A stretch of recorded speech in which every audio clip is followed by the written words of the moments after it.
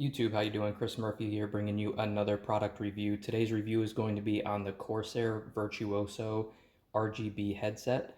This is a wireless headset that works with both PS4 and PC. This headset comes in two models. This is the standard model here. It comes in both a gloss white and a gloss black. And then there is an SE model that comes in a brushed gunmetal aluminum color, and it has a thicker microphone and a carrying case. That one's about 30 extra dollars. All three colors look really, really good. I opted for the white here because of the microphone, and I'll get into the standard microphone versus the SE version later. But I wanted this model of the microphone, and you guys know I'm a sucker for white accessories.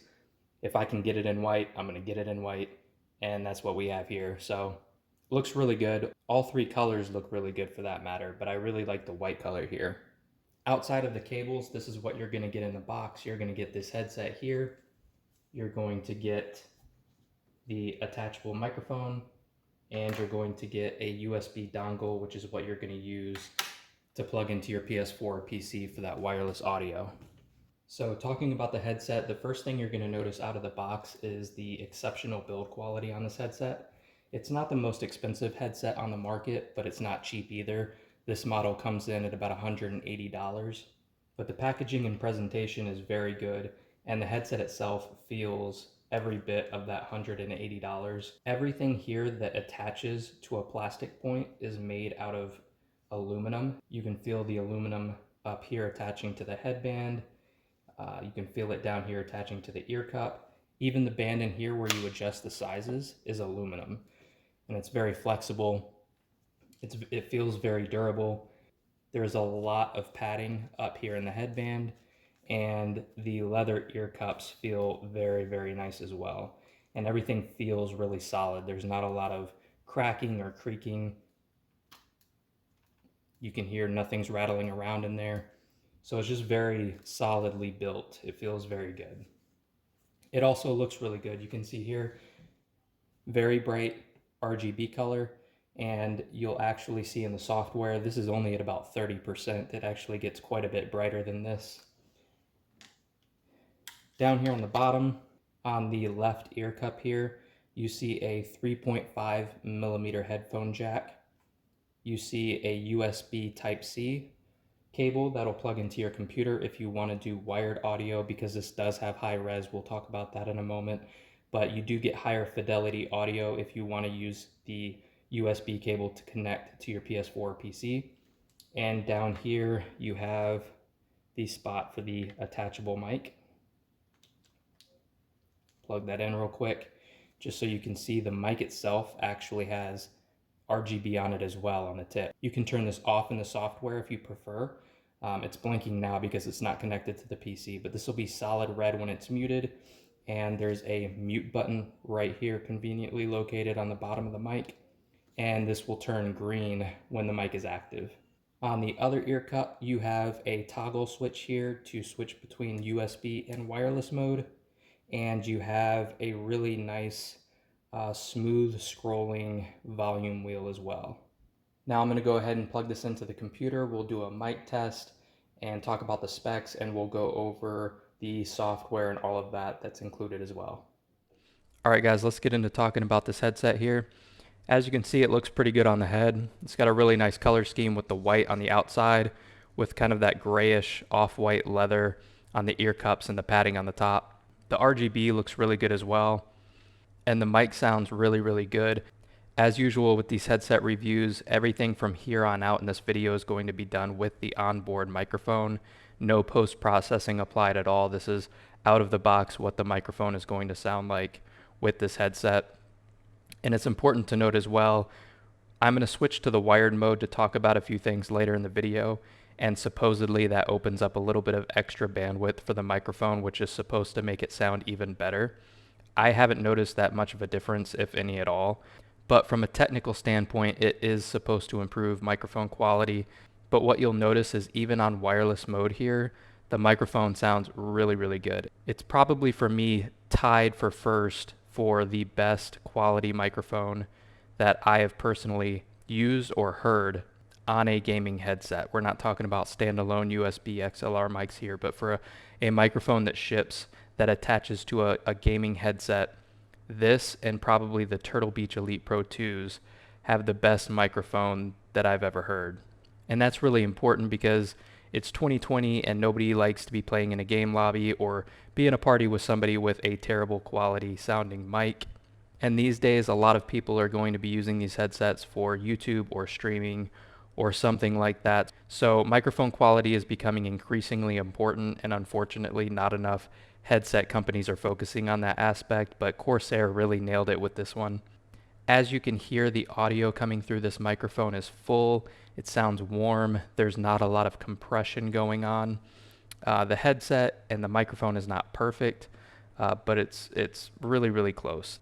The microphone, the only thing I would add to this is some type of noise canceling feature or noise gate, because I have noticed that a lot of noise tends to creep into the headset a little bit, even just, typing on a keyboard, which I'm sure you can hear that in the background. It picks up some of that outside external noise a little bit more than I would like to see. If they added in some kind of a noise gate or noise canceling feature, that would be really, really good and go a long way into making this probably the best microphone I've heard on a gaming headset. As I said before, you can see here the green LED ring right here along the headset. That lets you know that the microphone is activated. You can also hit the mute button right here, and you can see that turned red when it's deactivated. So that just kind of gives you a visual clue as to whether your microphone is on or not. That helps out. If you don't like that, if you see it out of the corner of your eye and it bothers you, you can turn that off in the software, which I'll show you in a moment. Just talking about the technical specs of this headset though, you have 50mm drivers, which is perfect. That's what you want out of a quality headset these days, especially for typical neodymium drivers. The headphone frequency response is 20 Hz to 40 kHz, which is pretty wide. Typically on an average gaming headset, you're going to have 20 to 20. So anything outside of that range is really good and a pretty big improvement. So that 20 Hz to 40 kHz gives you a lot more frequency range on the high end of the headset. The wireless range in an ideal scenario for this headset is 60 feet, which is really good. I haven't gone that far out with it, but I can tell you I've gone upstairs with this headset while listening to music. I've gone to separate ends of my house. There's nowhere in my home that I can go, even through walls, that I've had a problem picking up a signal with this headset. So the range on this is really good as well. This is a stereo headset, but it does have an artificial 7.1 surround sound mode built in. I typically leave my headsets in 2-channel stereo because I find some of that software-based surround sound modes tend to kind of, mess with the audio quality just a little bit. It also supports, I'll show you when you open up the software here, it actually warns you, but it also supports spatial sound. What that means is that it has built-in support for Dolby Atmos and Windows Sonic if you like to use either one of those. I'm not a big fan of Windows Sonic. Some people like it, some people don't. Dolby Atmos is good, but again, I still typically leave all of that stuff off and just leave it on stereo. That's what it sounds best like to me. One cool feature about this headset is that it does support high-res audio, which is something that not a lot of headsets, especially wireless headsets, support. Keep in mind though that high-res audio is only available when connected to the PC via that USB-C cable. If you're on wireless mode, it supports up to 48,000 Hertz, which is still really good for a wireless headset. Now moving into that software, once you download their iQ software, this is what you're going to be presented with. You're going to see under devices here, the Virtuoso. If you have anything else that is compatible with iQ, in this case it's my motherboard and my GPU, you can actually adjust some of the settings in here as well. But we're going to go into the Virtuoso here. And you can see here, this is the warning I was telling you about that says your device supports Windows Spatial Sound. That's going to be Windows Sonic as well as Dolby Atmos. The first thing you're going to have here under profiles is your mic volume switch, which is going to adjust the volume that's coming out of your mic to your party chat or your stream or whatever it is that you're using this for. And side tone is going to be that kind of audio that comes back into your headset, so you're not screaming into your headset because you can't tell how loud you're being. This is going to give you an idea of how loud you are to other people and allow you to hear yourself. Some people like to turn this off, which you can do. I leave mine on, and in this case, I normally have it all the way up, but in this case, it's pretty strong on this headset, which is a good thing in my opinion. So I leave it about 3/4 of the way up, because that's going to allow me to hear myself enough, but not so much that it bothers me and drowns out other people's voices in party chat and stuff like that. Auto audio repositioning you can leave on. You can turn it off if you need to, but it's on by default. And this is just going to be so every time you turn on your headset, it's going to automatically adjust all of the settings for you. And this right here is where you switch between stereo sound and surround headphone sound. This is where you adjust the lighting effects for your headset. You can choose between a static color or, a color pulse, color shift. I leave mine on rainbow, and then you can adjust the speed at which it switches between colors. I just left mine in the middle here. And then you come into your EQ presets, and this is where you're going to be able to adjust all of your EQs. You've got pure direct, movie theater, competition, clear chat, which is going to boost those mids for voices, bass boost, which is going to boost the low end. And this is one I actually just made myself. I kind of messed around with the EQ presets to kind of determine, I wanted one that sounds good with music, movies, and gaming so that I don't have to switch between all of these. I've got, pretty decent audio all the time across all of my content that I'm listening to. You can come here and add a preset, or if you want to copy something, like say I want to copy clear chat, I can copy that. Here's the copy, and now I can adjust it from there. Another cool feature on here is you can link the EQ sliders. If you're a little bit more unfamiliar on what to do with this, but you want to boost some of these highs or lows, you can actually link the sliders. And what that's going to do is it's going to keep everything in proportion to each other. You see I'm moving this first one here at the 32 range, but it's moving these two as well. So this just kind of keeps everything from getting too far out of sync. And I recommend leaving this checked if you're not familiar with how to mess with EQ settings very much. The other thing I'll show you here is the settings tab. This is the other important tab to look at. This is going to give you your wireless status as well as your battery. You can enable voice prompts here, and what that will do is if you mute your mic, it'll alert you in your headset that, hey, your mic's been muted.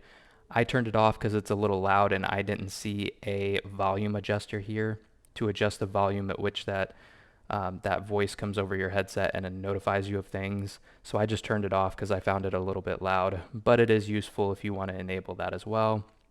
This is the brightness for your LEDs, which probably should have been under lighting effects. I'm not sure why they put it over here, but regardless, you can turn them off, leave them about 1/3 of the way up, 2/3, or all the way. It looks like you can adjust at any point in here, but you actually can't. If I were to drag it here, it would just snap me all the way up. So there's basically off, low, medium, and high. I leave mine here. I find that's more than enough light. Anything higher than that, I'm not going to get any benefit out of it anyways, and it's going to just drain the battery even more. So sleep mode, if you leave this headset laying around, it will actually, if you don't touch it, turn itself off after a certain amount of time, and then it will turn itself back on when it detects motion. I have mine set for 8 minutes here. Enable battery gauge and system taskbar. What that's referring to is down here. It'll alert you in your taskbar, and you can actually drag this down into your actual taskbar so you can see it. But it'll alert you as to how much battery life you have left. Just to give you an idea of real world battery life that I'm getting out of this, I've been using this headset for probably in the ballpark of about 9 hours now without plugging it in, and it still says that I have medium battery left, and that's at about 50 to 60% volume. Disable LED when microphone is active. That's what I was telling you about, that green or red LED on the tip of your microphone that lets you know if it's active or not. You can actually disable that altogether. Again, I prefer to leave mine on. And then these, I would leave most of this default, but these are just additional settings you can come in here and adjust if you would like. Just to talk about the sound quality real quick coming from the headset, it's honestly one of the best wireless headsets that I've ever heard.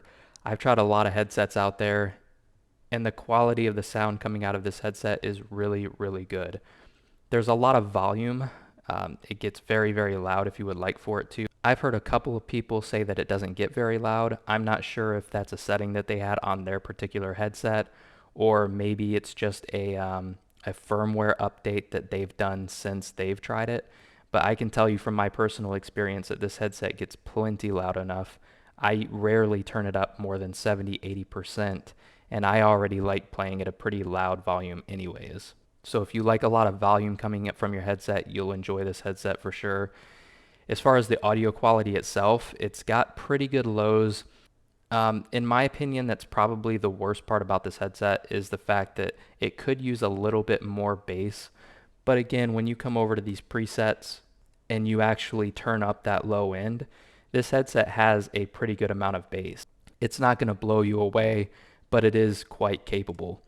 It's got very good mids and very crisp highs though. This headset sounds fantastic, well worth the $180 or so that you're going to spend. And again, we're talking about wireless here. If you plug this into your PC and get access to that high-res audio, it's going to sound even better. Music sounded great, videos, YouTube, Netflix movies sounded great, and of course it sounded really, really good for games as well. I actually went back and rewatched the Halo trailer on these, and that was through YouTube, which is known for compressing its audio quality, so the quality of that audio isn't even going to be as good as it could be, and it sounded really, really good on this headset. The comfort of this headset is also very good. It's got plenty of padding up top. It's got a lot of padding on the ear cups. If I have one complaint about the comfort, it's that the ear cups are not very deep, and so your ears press against the inside of that speaker plate. Fortunately, there's like a cloth material that covers that, so it's not like it's hard plastic up against your ear, but it's something I'm not typically used to. Usually gaming headsets have very deep, thick ear cups. And on some headsets, let me grab my Turtle Beaches here. The Astro A50s do this as well. I don't know if you guys can see this in here when I take off the leather, but this ear cup here is actually slanted downwards on this side where your ear fits. So not only are the ear cups super deep to begin with, but where your ear would rest is kind of slanted as well. So that's going to allow even more comfort because your ear is not going to be touching that speaker plate. I wish they would have either shipped this with slightly thicker ear cups. It wouldn't have even needed much, maybe just an extra 1/4 of an inch or so, and or slanted that speaker plate so that your ears didn't come into contact in there, because frankly after 2-3 hours of gaming on this headset, I did have to remove it for just a moment because my ears were starting to get a little bothered by the constant touching of the speaker plate. But it's something I've adjusted to pretty well. It could just be I'm not used to it. But I would definitely recommend this headset for the price you're going to pay at $180 for a wireless headset. I really don't know what you would select outside of that range. In my opinion, the audio quality is on par, if not a little bit better than the Astro A50s, and the mic quality is better on this anyways. The quality of this headset is really good. The microphone is really good. It's comfortable to wear.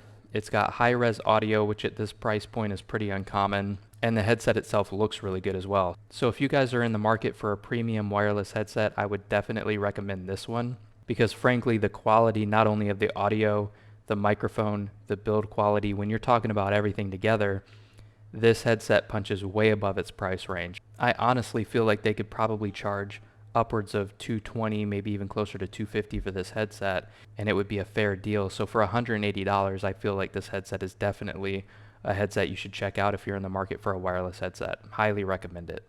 If you guys have any questions or comments about this headset, drop them in the comment section down below. If you would like to see more reviews or any kind of stream tutorial setup videos, make sure you subscribe to my channel. And if you guys liked this review and found it useful at all, make sure you hit the thumbs up button down below as well. And as always, if you guys would like to come over and hang out on my Twitch channel, ask any questions about my reviews or setups or anything there, it's twitch.tv/murphfrags. I start streaming about 9:30 Eastern almost every night of the week, so I can catch you guys over there as well. YouTube, we'll catch you later.